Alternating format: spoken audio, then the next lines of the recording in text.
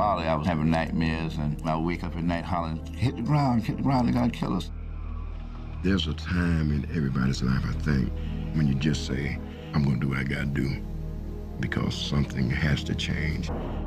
All the way through school, from kindergarten to high school, was never mentioned. During history class, it's ignored. It's as if it never happened. I'd covered a lot of violence. We saw violence at demonstrations, we saw violence in Selma, but nothing prepared us for what happened at Orangeburg. It just was a thunderstorm that rose and fell in the civil rights movement in the course of about 3 days. We feel that there was this outsider that came in that took control of the group. And because of that, Orangeburg had its incident. It was kept hush-hush. I mean, local people don't even know what happened. Those in power are going to do all that they can to assure that things remain the same.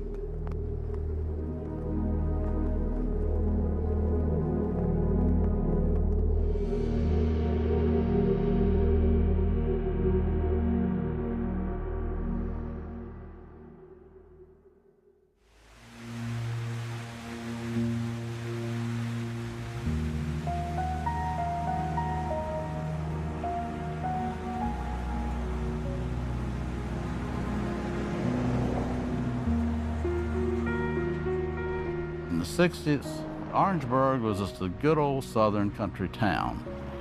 White man on the street at that time was pretty far removed from integration issues in South Carolina. Not much had been done at all. It was a Jim Crow town, just like so many others in the South. In the rural community of Orangeburg, black people were in the majority, but whites held all the power. From City Hall, to the police, to the stores downtown. It was distinctive in that it had two black universities in the town, Claflin College and South Carolina State College. Two black colleges, side by side, just 5 minutes from downtown, gave Orangeburg an educated black middle class. We wanted to participate in the American dream. For us, that translated into positions such as teachers or physicians, but we wanted to be a part of mainstream America. We couldn't hardly go nowhere, you know what I mean? I mean, it's just that they gave us hell everywhere we went. Police gonna mess with you. Then you had people coming by, hollering all kind of names and stuff like that. It was just real rough down here as far as black people, especially students.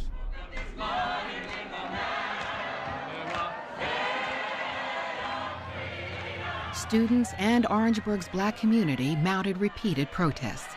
By 1968, they had desegregated all of the town's public accommodations but 3: the hospital, doctor's offices, and Harry Floyd's bowling alley, just a few blocks from the colleges.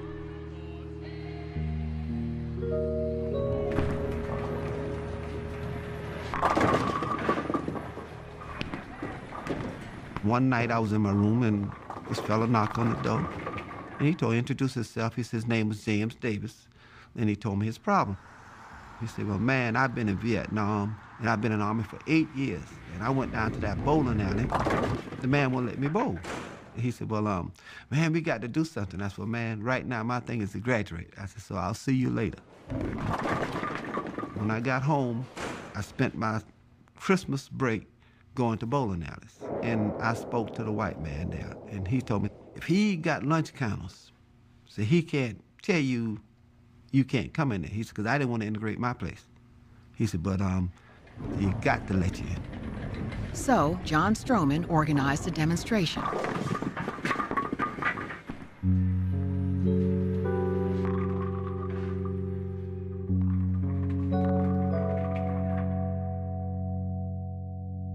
It was a small group of us that went down to the bowling alley, not an intimidating group. What we were told was that this is a private facility. Mr. Floyd, why have you not permitted Negroes to bowl at your bowling alley here in Orangeburg? Because I have my own customers that patronize me 52 weeks a year. They support me year in and year out. I need no other business. So the chief of police came, and he told us, best thing for me to do is close it. And I said, well, okay, if you did everybody leave, we'll leave too. We were not able to enter the bowling alley that night, so we went back to the campus. Over the next 3 days, what had begun as a small demonstration would become one of the most violent yet little-known events of the civil rights movement.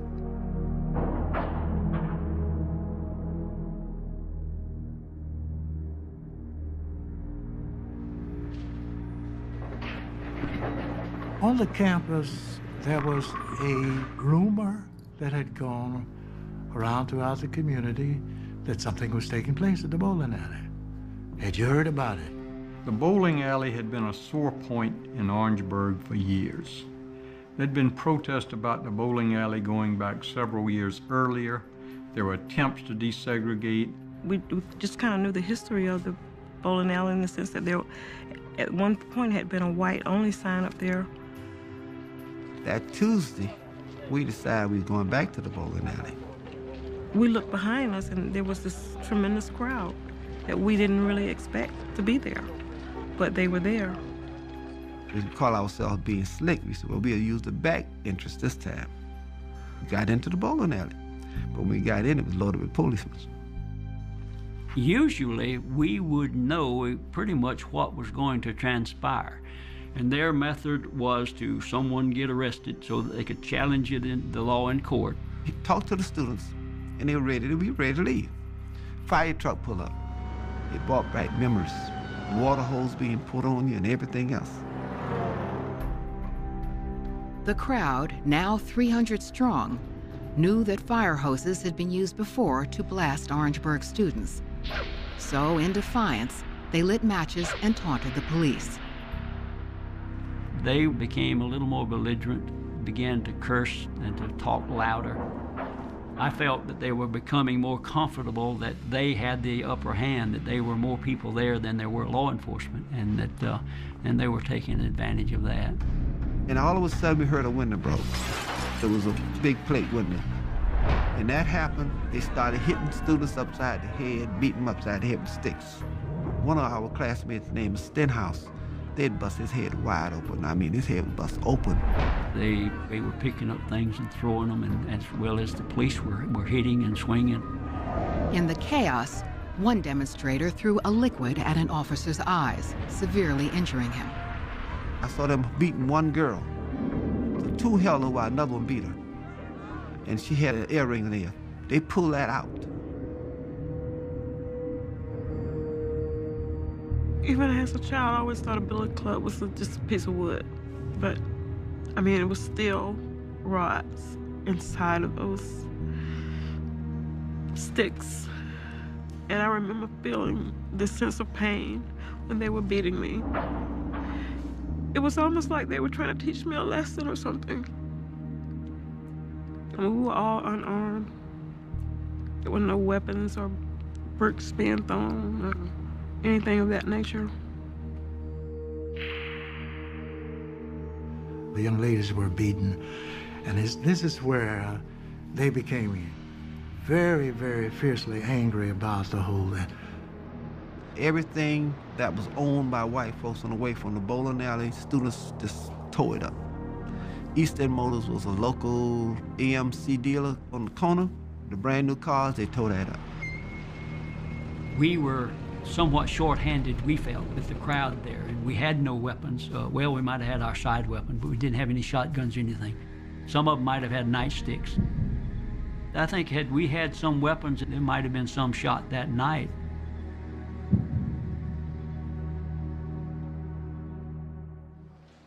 Demonstrations and violence have never solved any problem yet and won't solve this one. If there's a matter of going in and using certain facilities and there's a question involved, the courts are available. The courts have been used before, and there are procedures to be followed.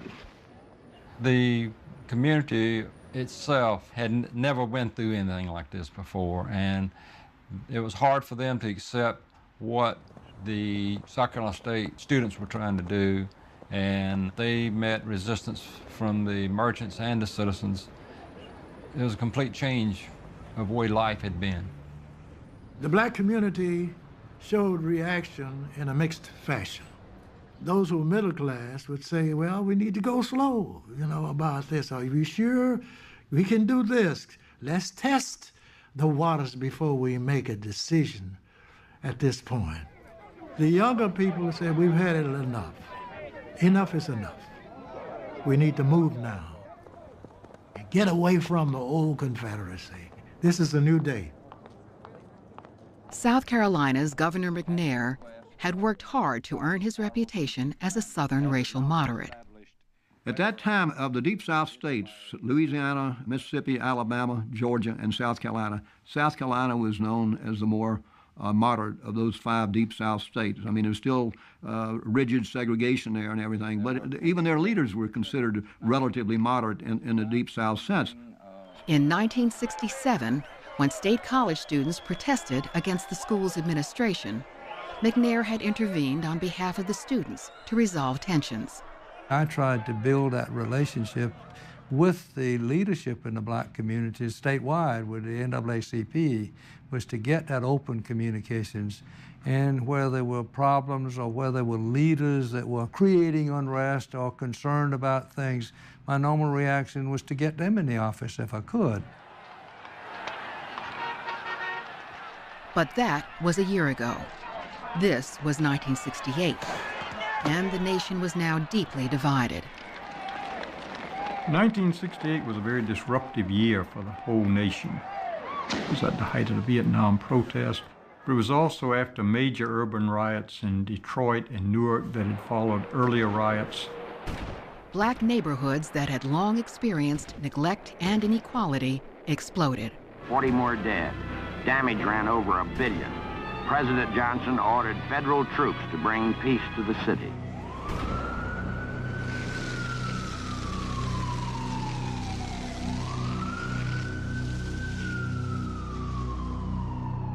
The white community has a genuine fear, almost an obsession, that they are on the brink of destruction at the hands of these enraged militants. They've seen the fires in Newark, in Detroit, in Watts, and in smaller cities across America. Is that going to be Orangeburg's fate as well? The white merchants and shopkeepers downtown were just convinced that there was going to be rioting in the streets, and they were all armed to the teeth with whatever weapons and ammunition they could scrounge up around town. Rumors all over the place. Black militants were going to blow up the waterworks. And in the eyes of the state, one man in particular represented this fear, Cleveland Sellers, a 23-year-old with an afro who is now organizing black students in Orangeburg. He grew up 20 miles from Orangeburg. His mother was a state college graduate. He'd been very active in the movement in Mississippi and in Alabama, and he returned home in effect. And he was very interested in starting a real study of black history that had been neglected. Teaching African American history and African American studies, even at the historically black college, to talk about the mission of those colleges. Didn't they have a responsibility to teach young African Americans their history? So that's what we were concerned with, and that's what we were working on, and that's what BAC was. Sellers had recently left the Student Nonviolent Coordinating Committee, SNCC, where he had served as its program director. He had been with SNCC when it raised the call for Black Power. Because of this, he was targeted as a black militant. All I knew was Cleveland was around and he was trying to stir up trouble, and we knew his history.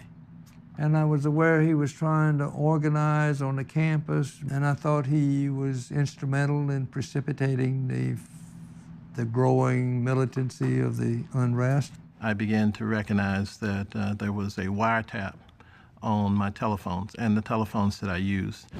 So it became very clear to me that I was being observed by the FBI and other law enforcement and intelligence agencies.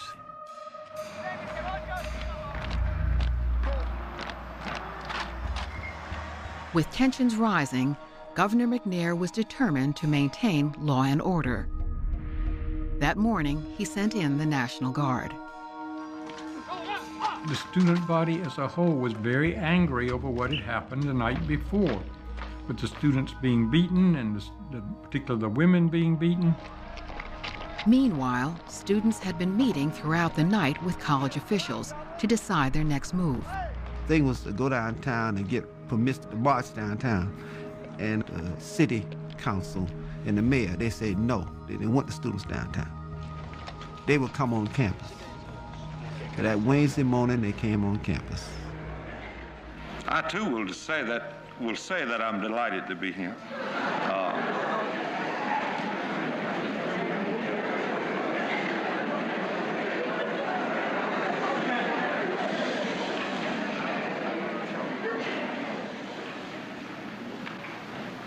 And I'll pause when I say this, that in order for you to hiss, some of you, but I can truthfully and consciously say that it is the philosophy of the city administration that we do treat all our citizens right. The same.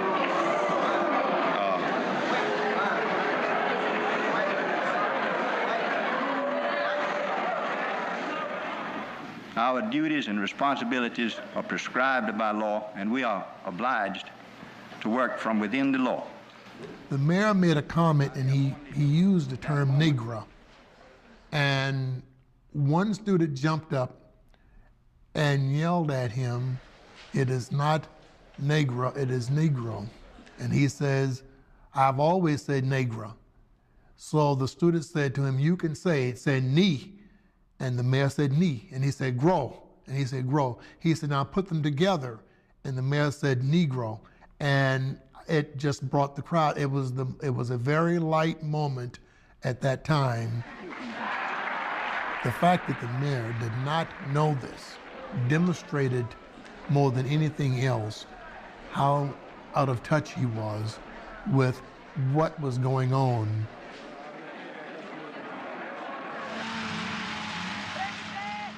Nightfall. The National Guard, officers from the State Law Enforcement Division, known as SLED, and other state and local police had taken up positions near the entrances to the two colleges. Their orders were to confine the students to campus for fear they would burn and loot downtown. It caused people to be very alarmed again. Quietness before the storm.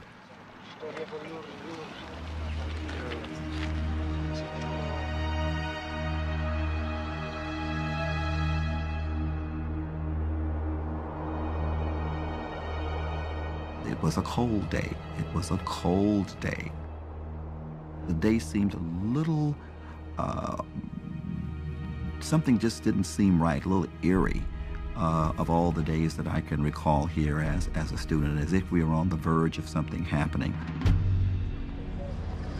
The rest of the day on Thursday, I am on campus. There is a tank of the National Guard that's parked across the street in front of my house, and the barrel is pointing directly at my house. I said, accidents do happen.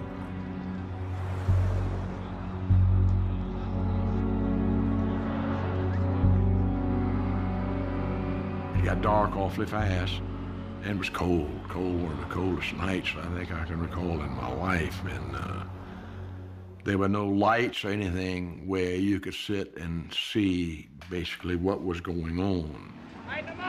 By this time, the state had amassed approximately 120 armed state and local police and National Guardsmen with fixed bayonets across the street from Claflin and State College. An additional 450 were stationed downtown. The State Highway Patrol had sent units from all over the state. I don't know who was protecting the rest of the state, but they were all in Orangeburg that night, it seems. Overseeing the operation was the governor's main law enforcement officer, Chief Pete Strom. The colonel of the Highway Patrol may have been equal with him, but not in stature. Chief Strom was law enforcement in South Carolina, and so whatever he told any police officer, whether it was a local or state or whomever, would do what he said. Around 8:30 p.m., about a quarter mile up the street, several shots were heard coming from the Claflin campus. No one was hit, and the shooter was never identified. Students shouted at the police. Some threw rocks and other objects. Around 10 o'clock, a bonfire was built close to the entrance of State College that attracted about 150 students. Basically, we just stood there, singing, holding hands, yelling at the policemen sometimes. It was our way of saying, well, yes, we may not be able to leave the campus, but here is something that we can do. The fire got bigger, and we could tell that it was getting as high as the street light itself. The decision was made that we had to put the fire out. Just before 10:30, Chief Strom called for a fire truck and deployed 66 highway patrolmen to protect the firemen. The patrolmen then edged onto the campus. We planned to move the fire truck slowly, with the National Guard in front of them moving forward. I was driving Chief's car, and we actually drove just behind the fire truck as it pulled up. They started putting the fire out. There's still some smoldering and smoke, but the fire was out. The students had backed off. They were milling around up on campus. Having a night demonstration, anybody who's been around civil rights for a long period of time know that's the worst time, because things happen in night demonstrations. They always do, bad things. With the police out there, it's night. They have their guns drawn. There's no barriers. They're out in the open field. They were all close together, and you couldn't identify a person or what they had in their hands. We were prepared to do whatever we had to do to stop the situation from escalating. Somebody threw a banister rail from this old house out there, and it struck a policeman in the face, just a lucky shot. But it hit him in the face and knocked him to the ground. Of course, policemen, when they see another policeman injured, they get a little bit testy themselves. I had my camera, and I went out to take a picture of the highway patrol. They were in their stance, and they had the guns up. It was a very impressive, I didn't dream I could shoot those guns. As his men moved onto the campus, the officer in charge, Chief Strom, sat in his car talking with the governor. The next thing I heard, oh, all hell's busted loose. I didn't know what had happened, and I didn't anticipate what had happened. When I started having patrolmen, I heard this click, like somebody cocking an M16 or a gun or something. Right after that click, ta-da-da-da-da, bullets just start flying. A wail goes up from back in the darkness at the crowd of people being hit and wounded. Shotguns, carbines, handguns, lasted for about 10 to 15 seconds. A voice came up, stop, stop. I don't know who that was. I don't know who it was.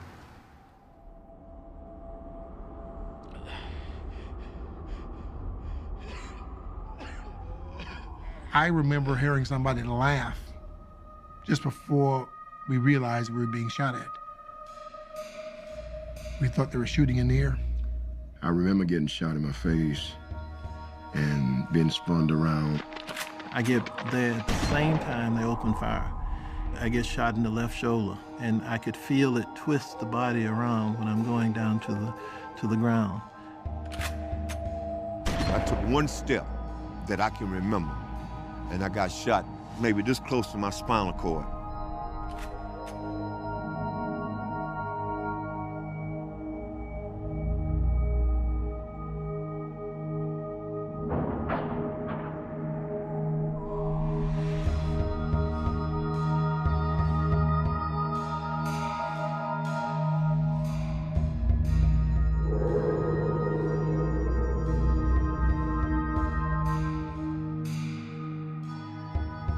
It's a wonder that more than were injured were injured.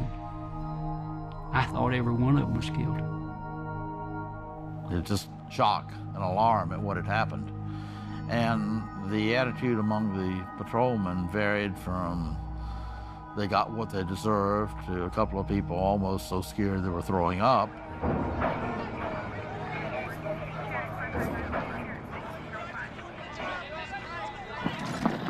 At least 28 students were shot and wounded. That's the car.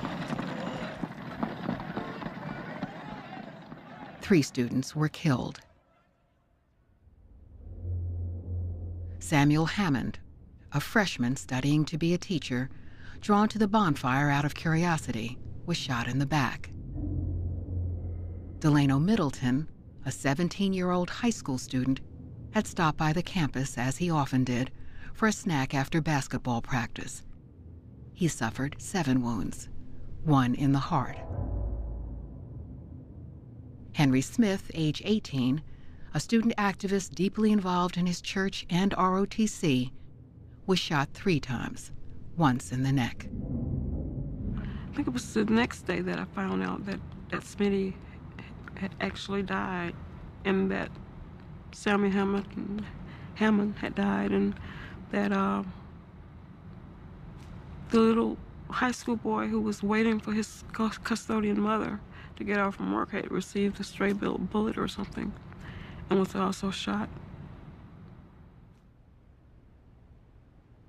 Except for 2 or 3 students, they were all shot either from the side or from the back. And some of them got hit, fell down, got up and ran, and got hit again. They got hit in the back of their head and their back and their buttocks and the soles of their feet.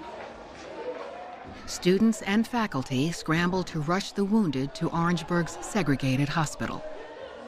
Sam Hammond. Me and Sam played football together. It's me and Sam laying head to head like this. The last thing Sam said, Red, he said, man, you think I'm gonna live? And I said, Sam, you gonna be all right, buddy. When I looked over again, he was dead. I took my hand and put over his face like this. When my mother was asked about me, they said they didn't have a Robert Davis there. At this particular time, I was laying up on the floor with the bullet still in me.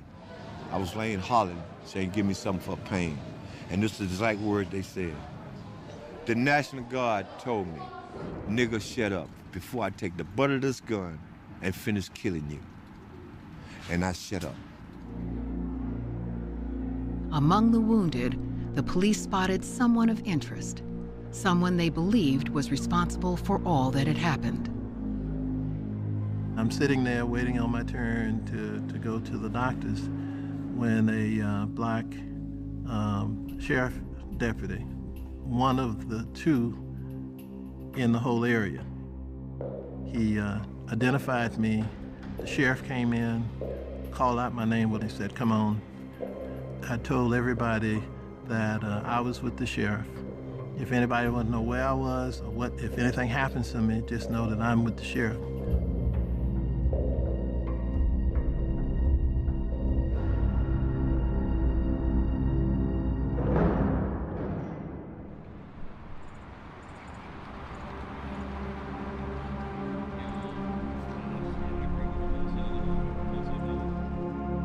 Next morning at the governor's office, it was kind of like a funeral wake. They just felt like the good reputation of South Carolina's civil rights had gone down the tubes, that we had lost it and we were going into the swamplands with civil rights in Mississippi and Georgia and Alabama. What occurred last night is of great concern to us. It's one of the saddest days in the history of South Carolina. The years of work and understanding have been shattered by this unfortunate incident at Orangeburg. Our reputation for racial harmony has been blemished by the actions of those who would place selfish motives and interests above the welfare and security of the majority. Chief Strom, did you find the problem in Orangeburg to be with the local residents or with outside agitators? We've never had any problem with the local residents of Orangeburg or Orangeburg County.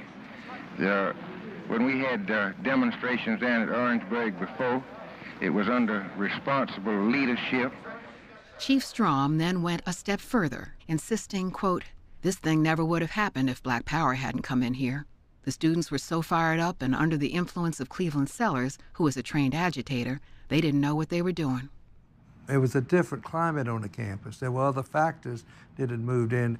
The students were much more confrontational. They were much more likely to create not just a confrontation, but to create some difficult confrontations. I think all of you know that Cleveland Sellers, who has been the leader in this movement, was one of those who was wounded last evening and is now in custody and charged with inciting a riot and participating in the burning. Well, the governor did have his own spokesman on the scene there, a guy named Henry Lake, and he referred to Cleveland Sellers as being, he's the main man, he's the biggest nigger in the crowd. Well, that was the way Henry Lake talked, and I think he was representing what a lot of white South Carolinians thought at that time. From all that I had seen in my prior experiences in civil rights, that there was a conspiracy to target the Black Power advocate, that would be me, and to create the kind of event that would be tied to me in a way that I would be arrested and charged. Cleveland is being labeled with Black Power, then you can see why they would be fearful of him as the target, his name. So you can see the buzzword for him, beware, he's bringing all this confusion among us. Something's got to be done about him, you know, okay? We cannot afford to lose our people, our property, and something has to be done to cut the ground from underneath his feet, to be sure that he does not grasp a foothold within our community or any other Black Power advocate. By 1968, many Americans were afraid that the civil rights movement had taken a radical turn. Concerned that now the nonviolence of Dr. Martin Luther King has been replaced by the militancy of the Black Power of Stokely Carmichael and his right-hand man, Cleveland Sellers. Sellers had been a close friend of Stokely Carmichael, one of the main architects of Black Power since their days at Howard University. I'm not going to beg the white man for anything that I deserve. I'm going to take it. In Los Angeles, those black people rioted and yelled and screamed. And in every report that the white experts said, they asked for one thing. Please, Mr. White Man, won't you take Police Chief Parker away? He's a bad white man. He don't speak to our needs. And that man is still there 1 year later. Those black people don't have enough power to put him out. We need power. We need power. That's what we need. We need power just like anybody else. This new call for power resonated in the Black community, especially among young people. But for many Americans, both white and Black power meant only one thing: violence. It really did scare white America. And there are different interpretations of what it meant, but it became associated with Black Power and at the time of the urban riots. Black Power was not about violence. Black Power was about the empowering of the African American community to run for office and be elected into office. From CBS Washington, Face the Nation, with Stokely Carmichael, National Chairman of the Student Nonviolent Coordinating Committee. Mr. Carmichael, all this week you've been telling the Mississippi marchers they must achieve Black Power. What do you want them to do to get it? Well, I think that what they have to do to get Black Power is to organize themselves politically, to register to vote, and to form independent political bases, which will then allow them the chance to carry out and make effective the changes they need to bring about decent lives in Mississippi. For Sellers and many in the movement, it was no longer about Black people integrating a white bowling alley. It was about Black people assuming control of their own communities. And it was about identity. Who are we as a people? I think that issue comes up with Black Power, and people begin to talk about African culture and the history of Africans and African Americans. This new focus led to the creation of Black bookstores and publishing houses and the first Black Studies programs. As some in the movement said, we'd rather build our own house than keep trying to get into yours. The fear of Black power made it easy for the media to buy into the story that Cleveland Sellers was to blame for the shootings.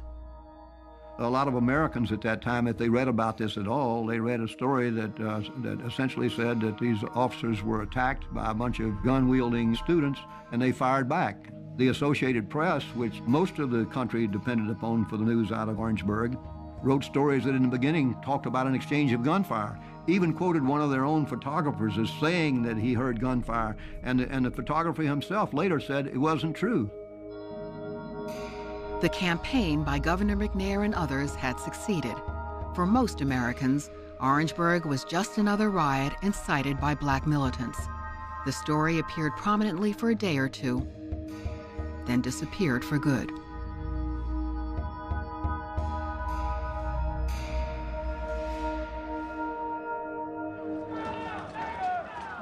In the weeks following the shootings, hundreds of Black college students from South Carolina marched on the state capitol to express their outrage. Other protests followed. And in a telegram to President Johnson, Dr. Martin Luther King said the deaths lie on the conscience of Chief Pete Strom and the governor of South Carolina. And he called the shootings the largest armed assault undertaken under color of law in recent Southern history. Then Roy Wilkins, head of the moderate NAACP, spoke in Orangeburg. He challenged the state's version of the shootings. You know, the first news story we read in New York said there was an exchange of gunfire. And after this, the police shot. Now, there was no exchange of gunfire. There were no guns discovered on the campus among the students. I call you to a hard task, harder than theirs. Theirs is difficult, but they don't have any dead to carry home, and we do. A lot of dead from way back yonder. Count them over in your mind. These three here on this campus, 43 dead in Detroit last year, 23 dead in Newark. Medgar Evers, run on back through history, through Reconstruction, through the Civil War. Think of all the dead we have buried. And so our task is bound to be heavier and more difficult. He really didn't believe something like this happened. I mean, the people would open fire, you know, unarmed students. He did not think that would happen. I did not think that something like that would happen in America.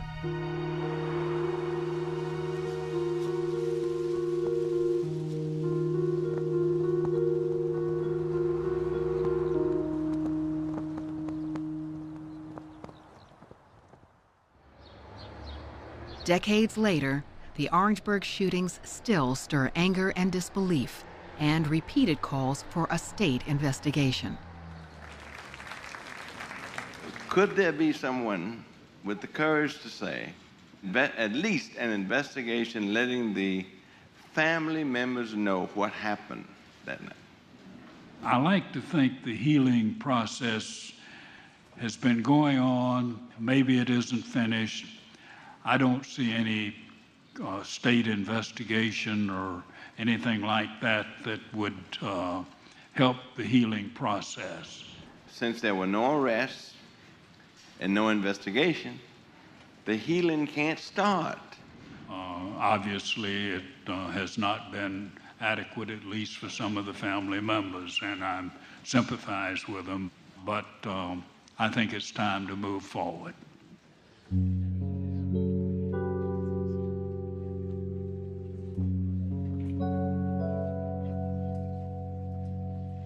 After 35 years, do either of you believe if 3 students had been killed, 3 white students had been killed on the campus of Clemson University and 27 others wounded, there would never have been a state investigation and report of what happened, and that there would be no restitution for those who were shot?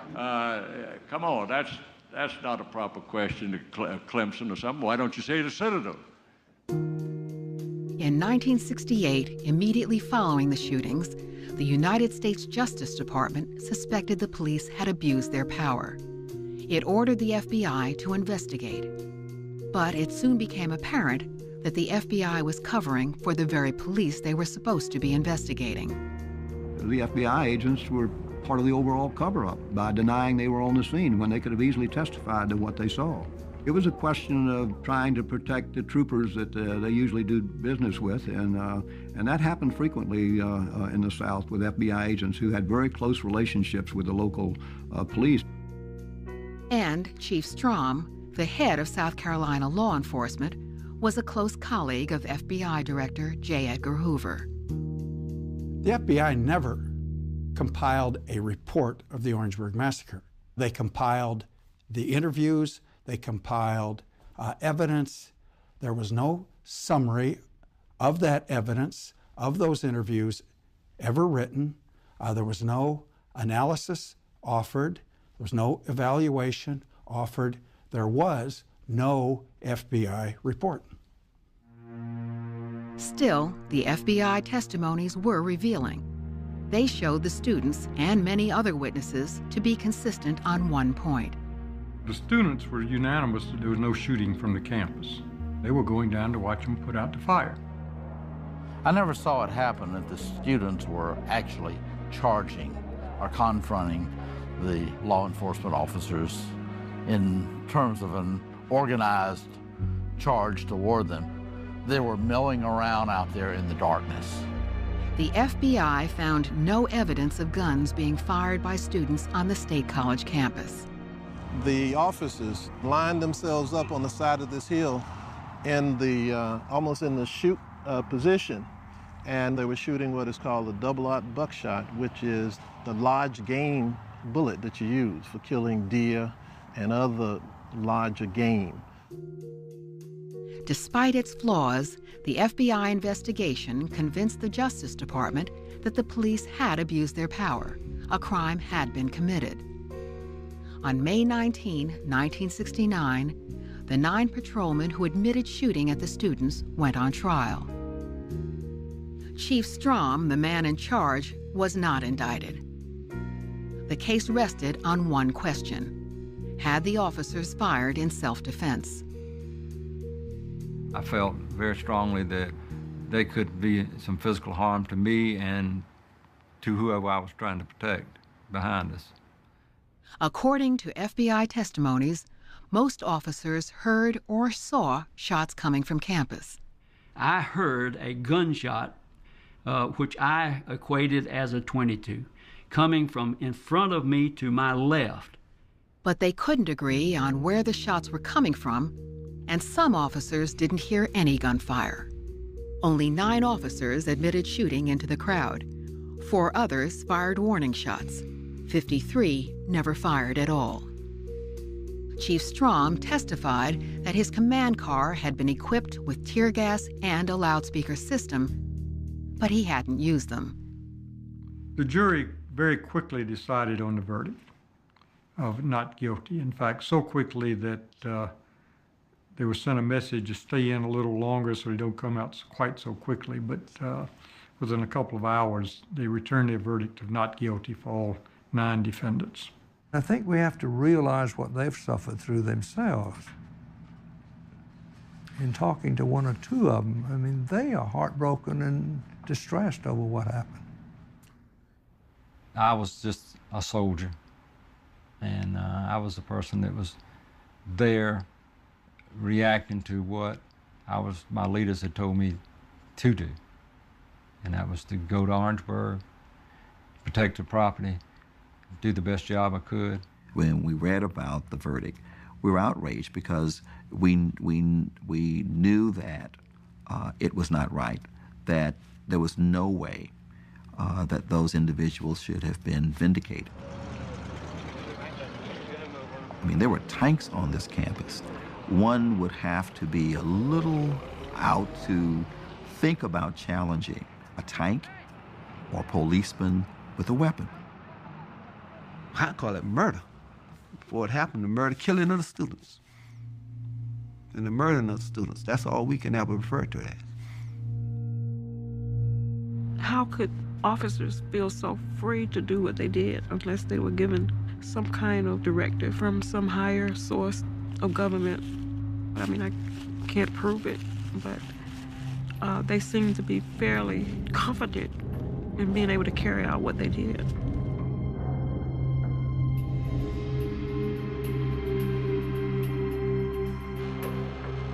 On September 24th, 1970, 2 years after the massacre, South Carolina put Cleveland Sellers on trial for rioting on the night of the shootings. It's just your system's gonna work, and nobody's gonna prevent us having court. And that was my position, was we're gonna have the trial. Pete Strom, head of the state police, and Governor McNair's prosecuting attorney both urged the governor not to prosecute Cleveland Sellers, fearing it would heighten tensions. But McNair was adamant. It was not just Cleveland Sellers, Black Power militant, who was on trial. It was Black Power itself. Almost immediately, the state's case began to unravel. No one could link Sellers to the shootings. And they were so absurd at that point. I mean, I just couldn't believe that this was going on. Here I am, I've gotten shot, I haven't done anything. Nobody's done anything. Cleve's role in all of this was he was essentially a bystander. He didn't think the bowling alley was particularly important, and then he was fingered as the man who was in charge. Cleve didn't have nothing to do with this. This is on the students at South Carolina State. That's who this was on all of us, not Cleve. Cleveland had one thing to do with this, nothing. The judge agreed and dismissed all the charges. But then, a surprise. He allowed Sellers' charges to be switched from the night of the shootings to the night of the bowling alley demonstration 2 days before. And I was found guilty and was given 1 year hard labor.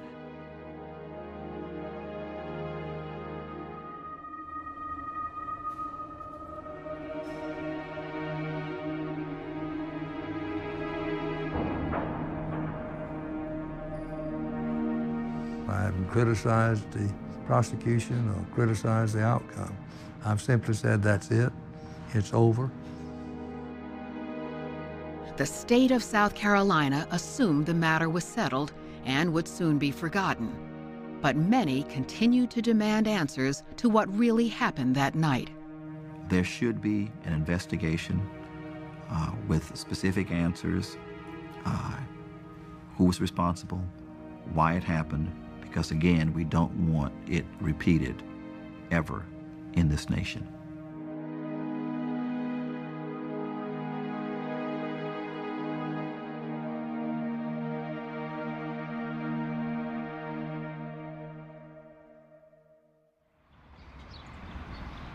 The Speaker will acknowledge that I made a motion and what I made a motion for. In 2006, Cleveland Sellers' son, Bakari, was elected to the state legislature at the age of 21, the youngest representative in South Carolina's history.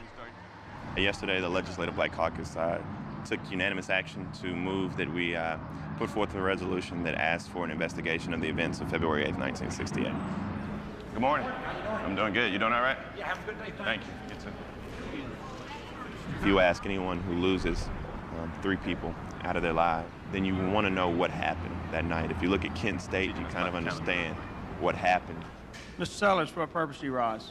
Mr. Speaker, I move that today when we adjourn in memory of Henry Smith, Samuel Hammond, and Delano Middleton, 3 students killed in the Orangeburg Massacre. Mr. Kerry moves when the House adjourn today to adjourn in memory of Henry Smith, Samuel Hammond, and Delano Middleton. All in favor say aye. Aye. Opposed no. The ayes have it. So ordered. Ladies and gentlemen, please join me in welcoming South Carolina State Representative Bakari T. Sellers.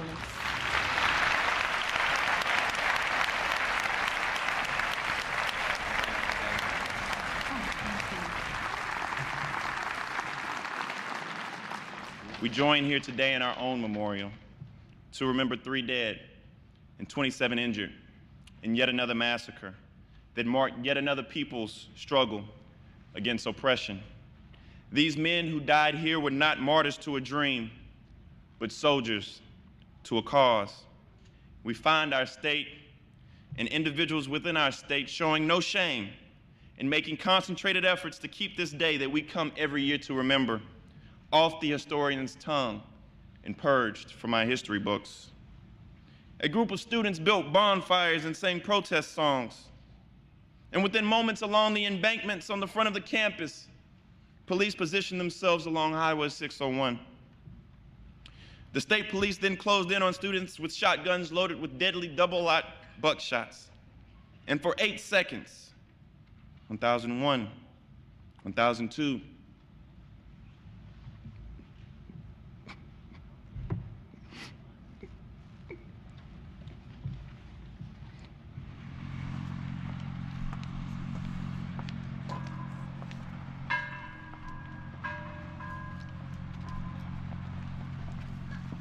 I think it was one of the dark days in the history of the country. It was so different, so much deeper, and dealt with so many deeper issues. We tried so hard for it not to happen, but it did happen.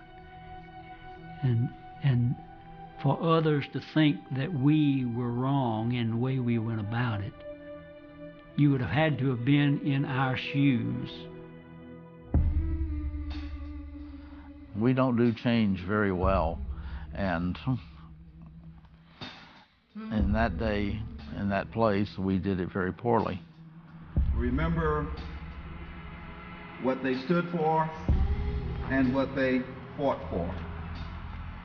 I realize that for some of our young people it may be a little difficult to think of a time when those things which we take for granted today were not available.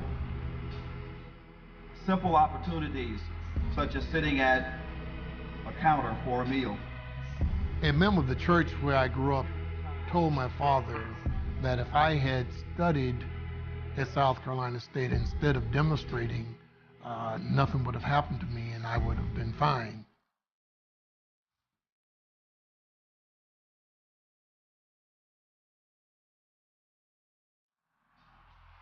One afternoon, I went to talk with a fellow about something like a little nightclub on the railroad corner, right across from the campus. And it's a black-owned business. And when I got in there, this fellow, he said, man, I want you to meet John Strummer. He asked, who's John Strummer? I said, man, you don't know John Strummer? He said, no. He said, well, this is the fellow that got those students killed on campus. And when he did that, when he said that, I wanted to die.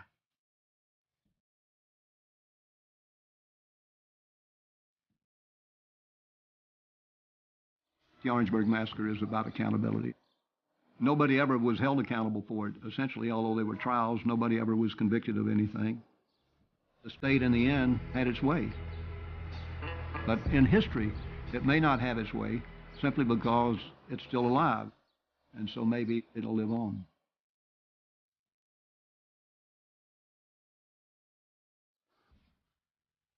Birmingham with the 16th Street Baptist Church bombings, Goodman, Shirley, and Cheney in Philadelphia, Mississippi. That's where the Orangeburg Massacre fits into civil rights history, along with these other kind of tragedies that took place. It doesn't fade away. It just keeps on moving. Truth crushed to the ground. Another one of Dr. King's sayings, shall rise again.